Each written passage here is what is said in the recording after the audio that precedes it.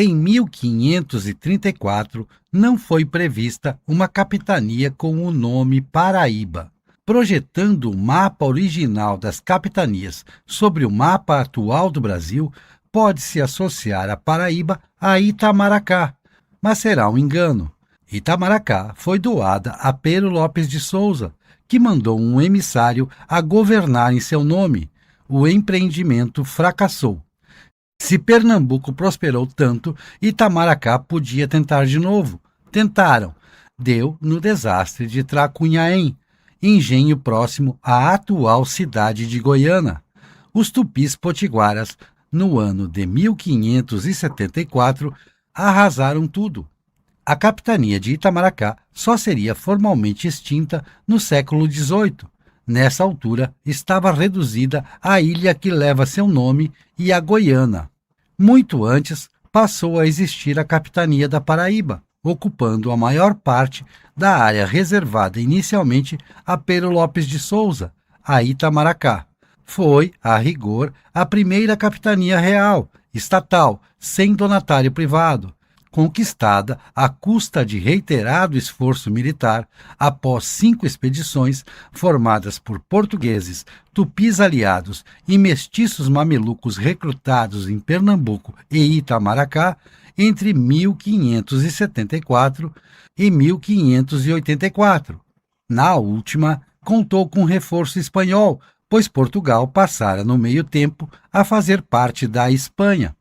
Os potiguaras e seus aliados franceses aceitaram a instalação dos atacantes em 1585. Fundava-se então a cidade de Nossa Senhora das Neves, rebatizada Filipéia, em homenagem ao rei da Espanha em 1589, nomeada Paraíba em 1599 e João Pessoa em 1930. Seria o único município da Capitania Real da Paraíba por quase 2 séculos. Os tupis ocupavam o litoral do que viria a ser a América Portuguesa, do que viria a ser o Brasil, do atual Rio Grande do Norte ao atual São Paulo, de Natal até a Baixada Santista, dito de outra forma. Eles não formavam um estado, eles tinham um bom estágio tecnológico, o melhor estágio tecnológico entre os povos das terras baixas da América do Sul, eram muito guerreiros e não formavam um estado, porque cada aldeia era ritualmente inimiga da outra aldeia. Isso fazia parte da cultura tupi. Cada aldeia era um grupo. Quando os europeus chegam, eles precisam negociar com aldeia por aldeia. Nessa negociação, os europeus vão colocando nomes nos grupos tupis. Então batizam os tupinambás, os tabajaras, os caetés, os potiguaras. Todos esses são grupos igualmente tupis. Para os tupis, essa distinção não fazia sentido.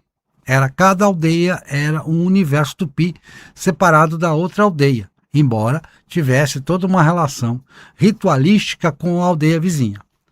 No caso do Nordeste da América Portuguesa, os caetés estão mais ao sul, no que seria hoje Alagoas, ou até o sul de Pernambuco, e se colocam numa posição hostil em relação aos portugueses.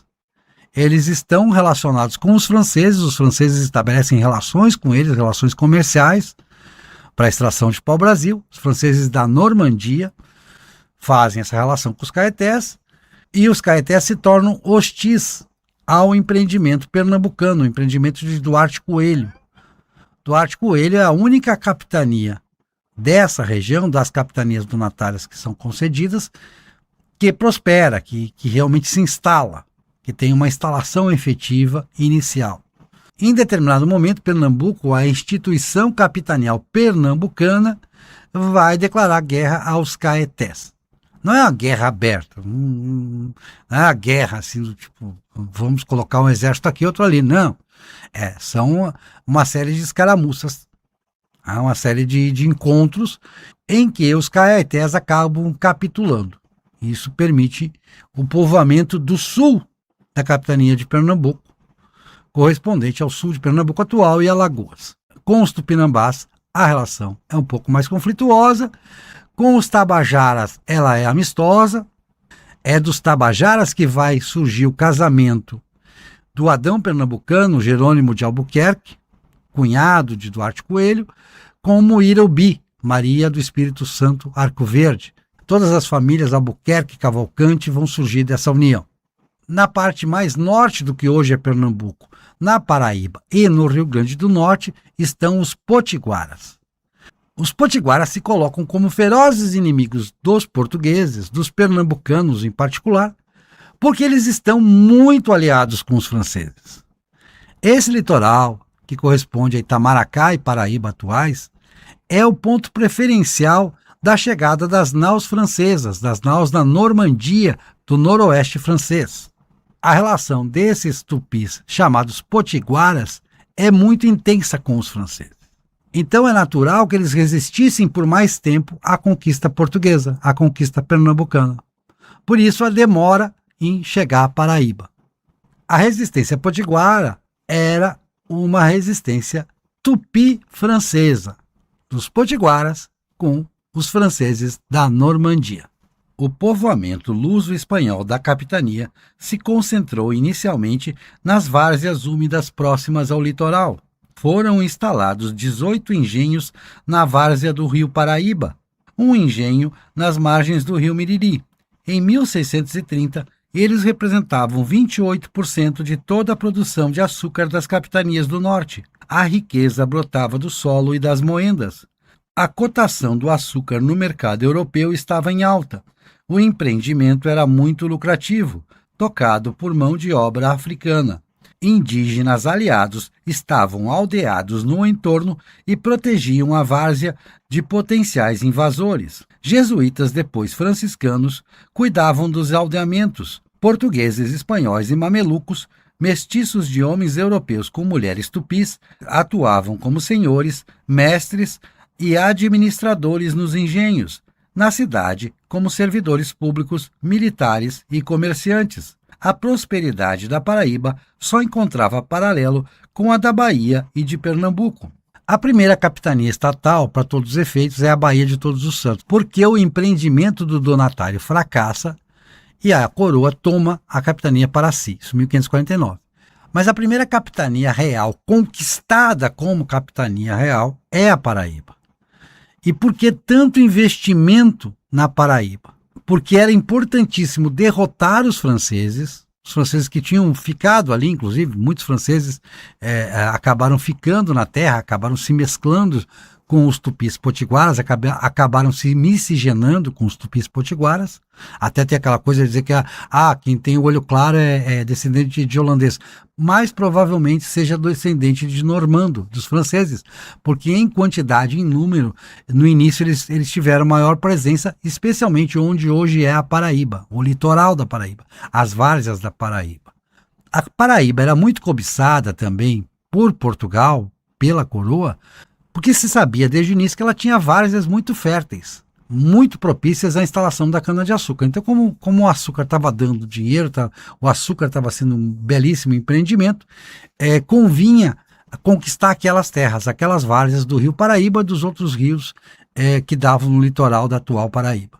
Essa é a razão da insistência da coroa portuguesa, depois da coroa da União Ibérica, em conquistar a Paraíba e se instalar na Paraíba. Tanta riqueza despertou a cobiça dos holandeses, inimigos da Espanha. Eles invadem Pernambuco em 1630. 4 anos depois, se apossam da Paraíba. A administração dos batavos, como eram também chamados, procurou se entender com os senhores de engenho. Quando governou Maurício de Nassau, alcançou-se relativa paz. Nos sertões, nas proximidades do rio Piranhas-Açu, reinava o rei Janduí, monarca dos indígenas Tarairiús, caçadores-coletores não tupis. Janduí atuou como fiel aliado holandês a garantir a retaguarda dos ocupantes do norte da Europa. Todavia, os holandeses representavam uma afronta aos costumes dos luso-tupis, que começam a se organizar para expulsar o invasor na década seguinte. O paraibano André Vidal de Negreiros, nascido em área do atual município de Santa Rita, se imporia como principal líder da insurreição. Vidal de Negreiros é o comandante máximo das batalhas dos Guararapes, de 1648 e 1649. Com ele estavam o madeirense João Fernandes Vieira, o filho de africanos Henrique Dias e o tupi-potiguara Felipe Camarão. Dessa união de etnias que já se pode chamar brasileiras, logrou-se devolver aos filhos da terra o governo sobre as gentes e as riquezas de Pernambuco, Paraíba e Rio Grande. Nós temos hoje uma ideia, muito cultivada principalmente em Pernambuco, de que os holandeses deveriam ter vencido, que eles eram bons, eles eram muito melhores. Isso baseado muito em Malício de Nassau, que dentro do período holandês do Nordeste foi quem foi mais hábil na relação com os senhores de engenho, com os habitantes da região, que estavam antes dos holandeses, e quem melhor empreendeu a cidade de Mauricéia, que é a atual Recife, fez várias obras, fez vários empreendimentos. Então, Maurício de Nassau é muito considerado. Mas essa visão não era uma visão majoritária entre os habitantes do que hoje é Paraíba, Rio Grande do Norte, Alagoas, Pernambuco, do século XVII, de modo nenhum. Por quê? Porque eles vinham de uma cultura já bem estabelecida, uma cultura já centenária, de amálgama luso-tupi. Esses ditos mazombos, esses nascidos no Brasil, ou mesmo os que vinham ainda recentemente de Portugal, eles tinham uma consciência cultural lusa, uma identidade portuguesa. E essa identidade portuguesa entra em conflito com as imposições dos holandeses, especialmente no período anterior a Nassau e posterior a Nassau. Nassau governa no meio do que a gente poderia dividir em 3 períodos da dominação holandesa. Então há uma resistência, e essa resistência vai dar na chamada insurreição pernambucana, que não é só pernambucana, é de toda a América Portuguesa, da Bahia para o norte. Após a saída dos holandeses, os engenhos retomaram a produção plena, com novas unidades nos rios Gramame e Camaratuba. Currais de bois tinham sido instalados no rio Mamanguape, surgindo em suas margens uma povoação. A cotação do açúcar, porém, nunca mais seria a mesma dos tempos pioneiros. Os navios de longo curso preferiam o porto do Recife, o que fazia centralizar o comércio na Praça Pernambucana, limitando-se assim o desenvolvimento da cidade da Paraíba. Na década de 1660, instala-se nos sertões da capitania a família Oliveira Ledo, vinda da Bahia. Eram prepostos da baiana Casa da Torre. Ora conflitando, ora se entendendo com os indígenas da região, instalam fazendas de gado e os primeiros povoados. No final daquele século XVII, tem lugar no extremo noroeste e parte do Rio Grande do Norte e Ceará a chamada Guerra dos Bárbaros, confronto entre o sertanismo luso-brasileiro e os remanescentes do reino Janduí. Não é guerra em campo aberto, mas uma série de escaramuças ligeiras que mobilizam tropas principalmente pernambucanas. Como os soldados desertam em grande número, acabam por reforçar o povoamento dos sertões paraibanos. Com eles estão alguns bandeirantes paulistas. Em 1700, já há uma estrada ligando o litoral da Paraíba aos vales do Peixe, Piranhas e Piancó, passando pelo Cariri. Povoações surgem no caminho do gado bovino, entre elas São João do Cariri e Campina Grande. Outra estrada liga Mamanguape ao sertão do Seridó, atravessando a zona do Brejo, aberta assim à instalação de colonos pioneiros de matriz europeia. Se a iniciativa do povoamento dos sertões da Paraíba é baiana, o destino principal do gado é Pernambuco, a capitania do norte mais povoada. A guerra dos bárbaros foi uma guerra em parte. Havia Canindé, que era descendente de Janduí, tentando reconstruir o antigo reino Janduí, mas a maior parte do combate entre luso-tupis e os ditos tapuias do interior foi um combate assim, encontrou um aqui, outro ali, um resiste, o outro não resiste. São muitos pequenos encontros para se falar em guerra. O fato é que ela mobilizou as tropas do litoral, que tinham as milícias e ordenanças, que não eram tropas pagas, eram tropas voluntárias, e entre elas o terço do Camarão era muito importante, porque eram os tupis remanescentes, o terço dos Henriques, que eram os africanos, os pretos livres, e as ordenanças propriamente ditas, as milícias locais, das câmaras formadas por comerciantes, por senhores de engenho, por pessoas de mais posses. Essas se destacavam, essas não registravam deserções, mas não eram suficientes para uma ocupação maior.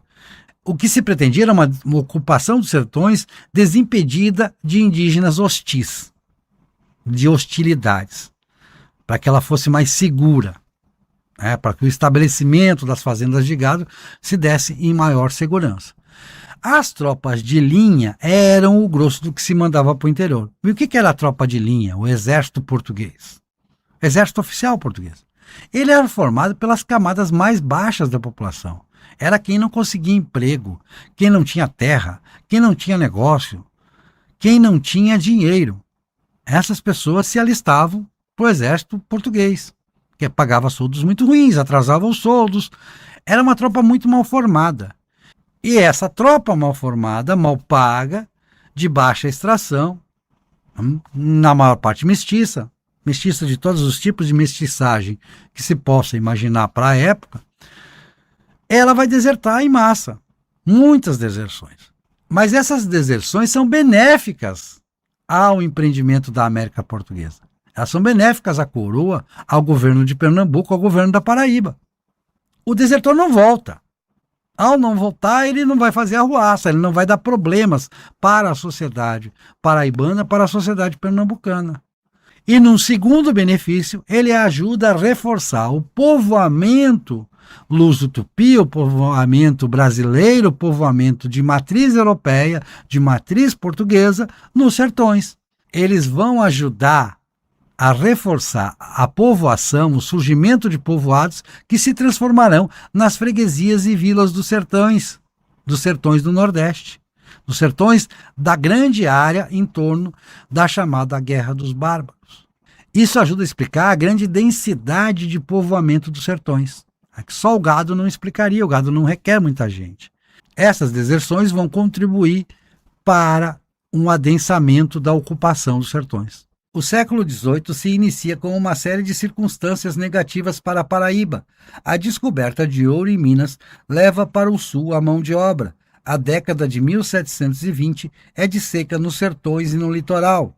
Cai a produção de açúcar e, ao mesmo tempo, os preços. Debate-se a subordinação da Paraíba a Pernambuco, o que acaba se concretizando em 1755. De boa notícia, a instalação da primeira freguesia sertaneja, a do Bom Sucesso, em 1721, que passaria à condição de município em 1772, como Pombal, em homenagem ao marquês que comandava o reino. A propósito, é Pombal quem antes determina a criação de novos municípios na zona da mata litorânea. Em 1758, Alhandra, instalada em 1765. Pilar também é de 1758. São Miguel da Baía da Traição, de 1762, assim como Montemor da Preguiça, atual Rio Tinto. Por fim, o município de Jacoca, atual Conde, em 1768. Todos são fundados a partir de aldeamentos indígenas. São as chamadas vilas de índios. Alguns deles perderão a condição de município depois, recuperando adiante. No final desse século, a Paraíba recupera a autonomia plena, o que coincide com a alta na produção de algodão, cujo valor da produção chega a ser 12 vezes maior que o total do açúcar. Em 1817, Amaro Gomes Coutinho, proprietário de terras paraibano, se uniu a militares lotados na capitania para forçar a adesão da Paraíba à revolução eclodida em Pernambuco. Amaro acabaria condenado à morte e executado no Recife. O apoio ao movimento não foi unânime na Paraíba, como não o foi a Confederação do Equador, separatista, em 1824. Se os militares e os religiosos católicos primavam pela insubordinação, as lideranças civis se dividiam ante o caráter radical de ambas as sedições. Houve combates em terras paraibanas, mas somente Pernambuco foi punida enquanto província, perdendo território. A província da Paraíba teria como um de seus 2 primeiros senadores um revolucionário pernambucano de 1817, o militar Estevão José Carneiro da Cunha. A cultura pernambucana é uma das culturas inaugurais, é uma das matrizes do que viria a ser o Brasil. Uma das 3 grandes matrizes é a pernambucana. As outras são a baiana e a paulista. Mas vamos focar em Pernambuco, que é o que nos interessa. Essa cultura, no final do século XVIII, início do século XIX, ela se mostra rebelde. É a penetração de ideias, principalmente pelos religiosos. Isso começa lá no Seminário de Olinda, se espalha, tem loja maçônica, tem uma série de ideias que vão influenciando tanto os senhores de engenho, quanto os militares de linha, militares do Exército Regular, e os religiosos. Religiosos tanto seculares quanto regulares. Religiosos católicos. Por isso nós vamos ter lideranças, tanto em 1817 quanto em 1824, as 2 guerras que Pernambuco promove, primeiro contra a coroa situada no Rio de Janeiro, depois contra o Rio de Janeiro já de Dom Pedro I, imperador brasileiro. Essas 2 guerras promovidas, elas têm a liderança de religiosos e de militares, com alguma participação de senhores de engenho, que naturalmente hesitam, eles têm patrimônio a preservar. Na Paraíba, como a influência dos senhores de engenho, dos proprietários rurais, digamos assim, porque eles estão produzindo algodão nessa época, o algodão é mais forte, dos fazendeiros da Paraíba, eles hesitam mais, naturalmente. Não tinham tantos motivos para tanta rebeldia. Eles tinham a perder.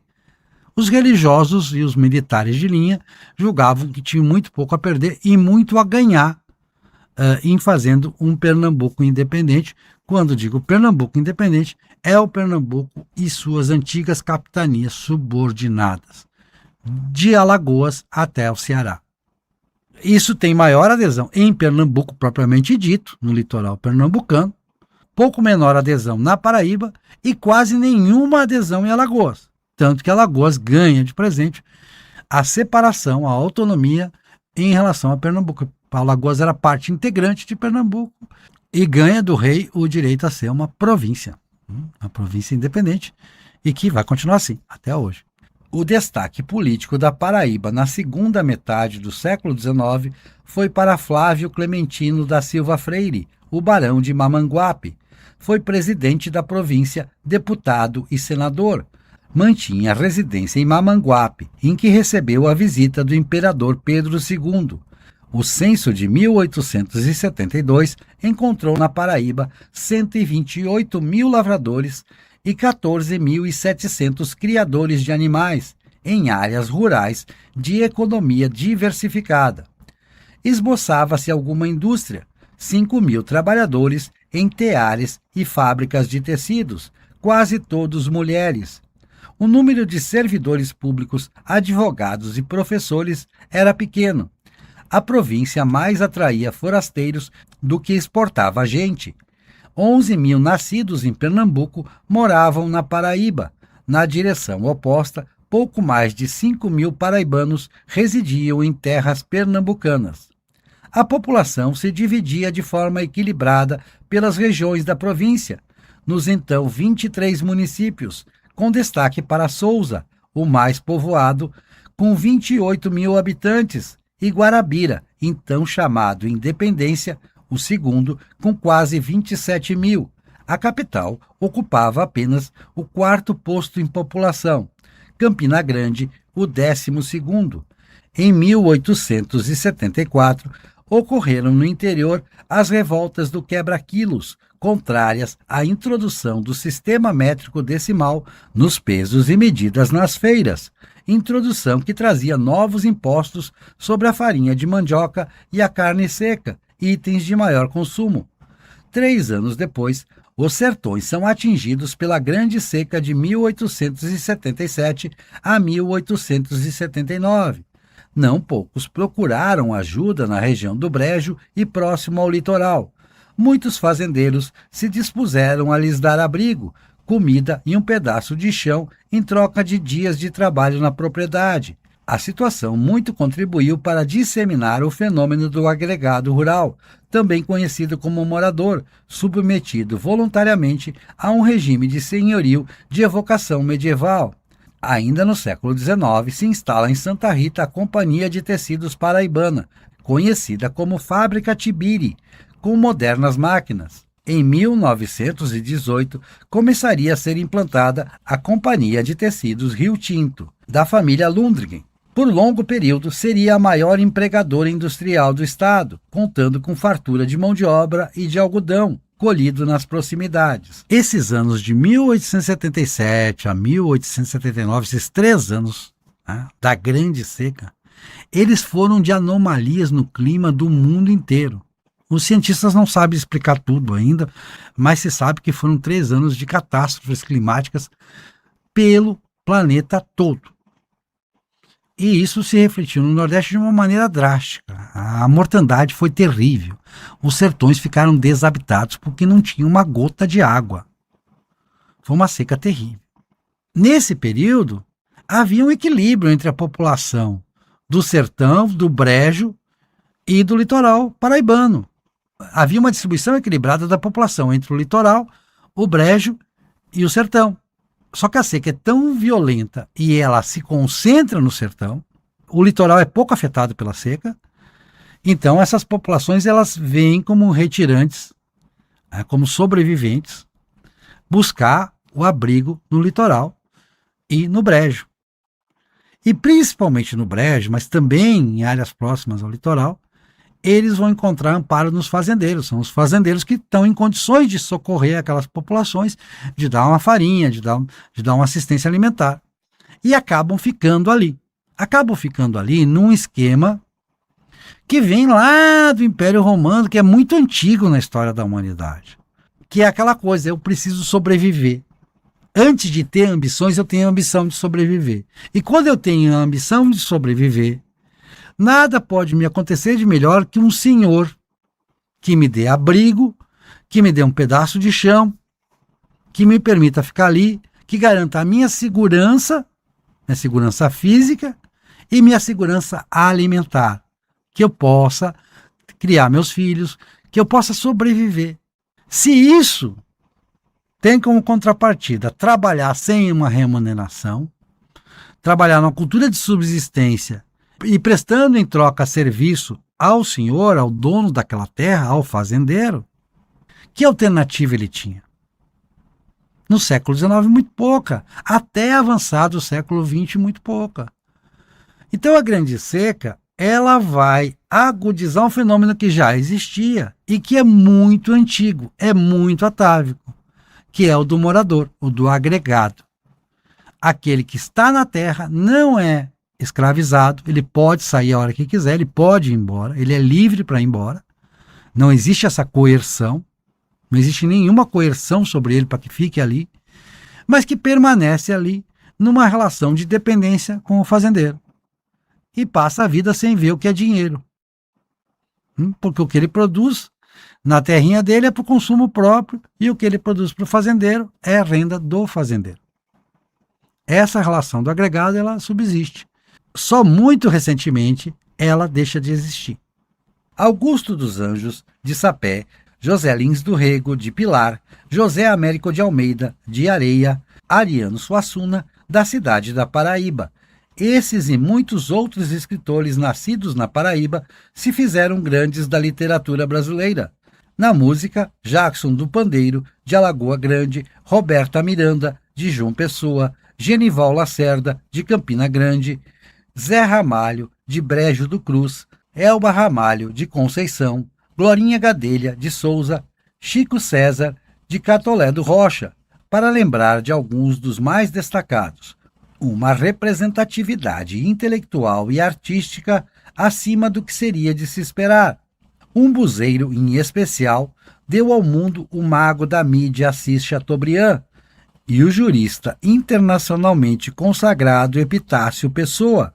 Alguns dos citados participaram da representação política e da gestão pública da Paraíba. Se contarmos pelos governadores na República, aliás, a maior parte pelo menos se arriscou na escrita, como juristas, poetas, romancistas, jornalistas. O primeiro deles, Venâncio Neiva, se não publicou, participou do Clube Brasileiro de Esperanto. Na Primeira República, alguns políticos se firmaram como lideranças aglutinadoras, como partidos regionais. Álvaro Lopes de Machado de Areia esteve à frente do alvarismo de 1892 até sua morte, em 1912. O venancismo, do já mencionado Venâncio Neiva, representou a oposição, mas só até os dois grupos se entenderem. Antes mesmo de chegar à presidência da República, em que faria primoroso governo, Epitácio Pessoa inspirava o epitacismo em seu estado natal. Também de Areia era o inspirador da corrente contrária, o valfredismo, o padre Valfredo Leal, que também acabaria se entendendo com Epitácio. Guindado à unanimidade, em 1928, o então ex-presidente indica o sobrinho para governar a Paraíba, João Pessoa Cavalcante de Albuquerque. O também natural de Umbuzeiro queria mudar tudo, batendo de frente com os chefes locais do interior. Candidato a vice-presidente na chapa de Getúlio Vargas, foi derrotado na eleição nacional, mantendo o poder na Paraíba, em que não perdoava adversários. Um deles foi João Dantas. Usando o poder da polícia e o domínio da imprensa, João Pessoa fez públicas cartas íntimas de João Dantas à amante deste, obtidas em uma invasão a seu escritório. Em vista de tal patifaria, acabaria assassinado por João Dantas numa visita ao Recife.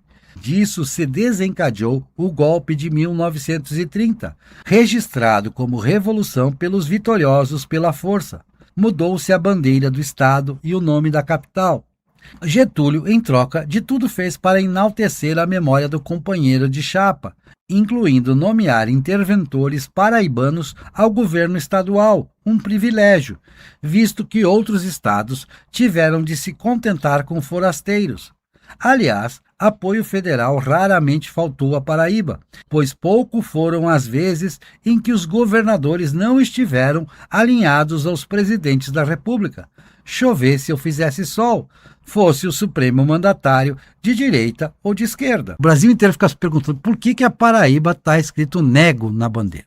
Porque João Pessoa, então governador da Paraíba, nega apoio à candidatura de Júlio Prestes, que era a candidatura oficial, a candidatura de Washington Luiz, apoiada pelo presidente Washington Luiz. Então essa negativa de apoio é a razão do nego na bandeira. E isso é tão marcante porque a Paraíba não tinha o costume de se opor ao poder central. Quem estivesse no governo, fosse do partido A, fosse do partido B, fosse de esquerda ou de direita, tivesse as ideias A, ou as ideias B, ou as ideias C, a Paraíba tendia a aderir.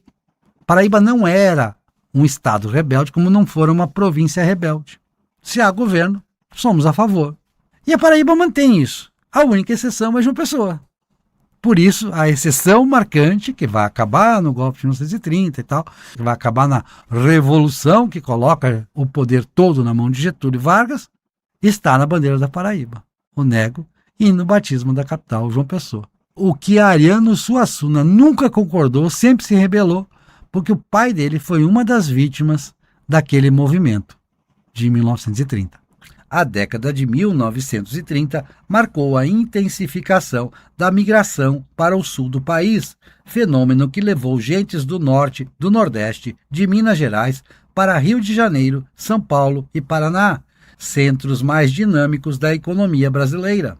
Não erravam os que partiam, pois, de fato, na maior parte, encontravam oportunidades que na terra natal se mostravam escassas. Em 1940, ainda 90% da força de trabalho da Paraíba se ocupava de atividades agropecuárias ou domésticas. Apesar da industrialização do estado superar a de vizinhos, naquele ano o censo só encontrou 22 mil operários. A produção de algodão e de açúcar até ia bem, como a criação de gado, enquanto o comércio, como se dera pelos séculos, seguia convergindo para Pernambuco. O último censo de 2022 revelou que a Paraíba tem menos de 2% da população brasileira atual. Em 1872, eram quase 4%, ou seja, cerca de metade dos paraibanos, ao longo do último século e meio, se fez retirante por vontade própria, buscando alhures uma vida melhor. Essa perda relativa não deve ser creditada a respostas fáceis, como um suposto coronelismo. As lideranças do interior não tinham tanta força para mandar nos governadores. A Guarda Nacional, que dava as patentes de coronel até 1922, sequer foi largamente implantada na Paraíba. O barão de Mamanguape, quando presidente da província, reclamou que só conseguiu implantar a guarda na capital, pois os chefes do interior não a queriam, renunciavam aos postos e patentes. Tampouco faltou espírito cosmopolita e apoio à modernização da base econômica. Ademais, a perda de importância econômica e demográfica em relação ao país como um todo não foi um fenômeno paraibano, mas antes de toda a região Nordeste. Apontar todos os motivos dessa transição histórico-geográfica requer mais pesquisas e reflexões.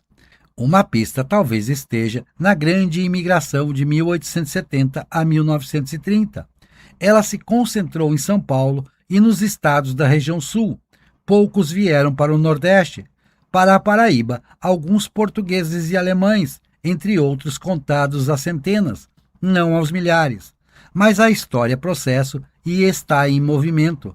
A Paraíba tem muitos motivos para se orgulhar de seu passado, de sua trajetória, dos paraibanos que a construíram desde o século XVI. Foi uma bela jornada, que não terminou. São muito extensas e complexas as causas da perda de importância relativa econômica do Nordeste brasileiro em relação ao resto do país nos últimos 150 anos. Mas não se ponha isso na conta do poder local, no suposto mandonismo local. Não faz sentido. Eu pego o caso de Antenor de França Navarro, jornalista, intelectual, de simpatias comunistas, claramente comunistas. Ele tinha simpatia pela Revolução Russa, pelo marxismo, que é nomeado governador. José Américo de Almeida vai para o ministério e deixa o Navarro lá de governador da Paraíba. Interventor, na verdade, nomeado pelo Getúlio. Daqui a pouco o Epitácio está alarmado com aquele negócio porque o cara começa porque esse governador começa a ser um mandonista total. Ele é um repressor das lideranças locais. Ele faz mudanças drásticas, ele promove mudanças drásticas na direção dos municípios, no poder local. Ele suprime qualquer autonomia local. Tem reação? Tinha tido a reação de 1930, lá na Princesa, mas foi uma coisa episódica, já tinha sido superada nesse momento. E Navarro chama atenção por fazer isso de uma perspectiva de uma pessoa que tinha o pensamento marxista. Ele era muito jovem, vai morrer no acidente.